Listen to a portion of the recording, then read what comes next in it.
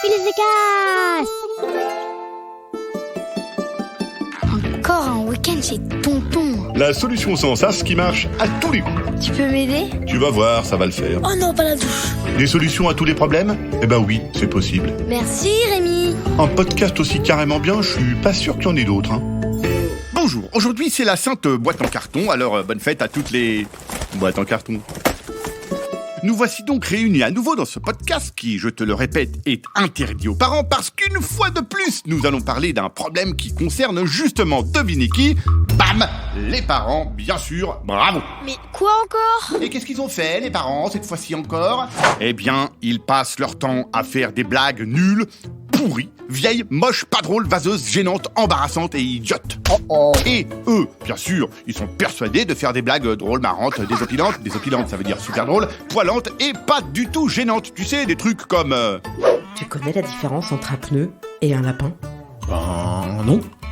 Il n'y en a pas, ils sont tous les deux en caoutchouc, sauf le lapin.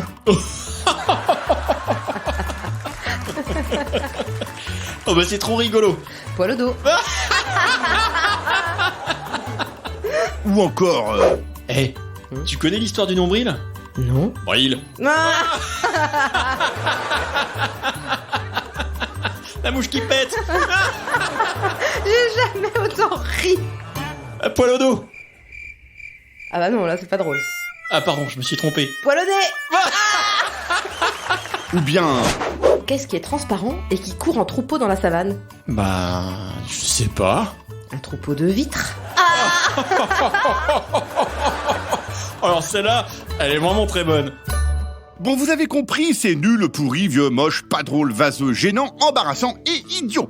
D'ailleurs, comme je sais très bien qu'il y a des parents qui écoutent ce podcast, t'as dû remarquer que eux, ils ont rigolé en entendant ces exemples de blagues un peu nulles. Ce qui prouve que ce sont bien des blagues nulles de parents. Donc, il va falloir agir parce que plus les parents se croient drôles, plus ils racontent de blagues nulles de parents. Justement, j'en ai une bien bonne là. Qu'est-ce qui est vert? Merci Hélène. Je crois que tu viens de recevoir un mail des impôts, tu devrais aller voir ce que ça dit. Voilà, c'est terrible parce que ça ne s'arrête jamais. Tu vas donc aller chercher un sifflet qui fait à peu près comme ça.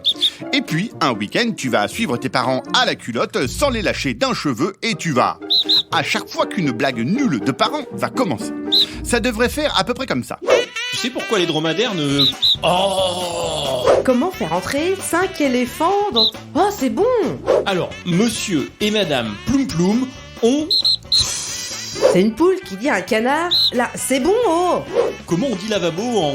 Eh oh, oh, oh! C'est 2 hippopotames dans une mare et... Tu ne les lâches jamais, hein? Attention, ça part dans tous les sens. Au téléphone avec leurs copains, au marché, dans leur bain, à l'apéro, à la piscine, dans la voiture et surtout quand il y a tes copains à toi à la maison.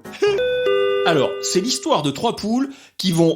Merci Julien. Donc, je disais que c'est toujours dans les pires moments que les parents se sentent obligés de lâcher une horreur, un truc nul et gênant, et surtout pas drôle du tout. Enfin, un petit peu drôle pour les plus de 35 ans. Bon voilà, si tu tiens bien le coup et que tu ne perds pas ton sifflet, tu devrais arriver à faire comprendre à tes parents que ça suffit, les blagues nulles. Merci. Quelle est la différence entre... Oh, pop, ça suffit, qu'est-ce qu'on vient de dire? Allez, merci qui? Ah bah merci Rémi. Un podcast original, Billy de Cast.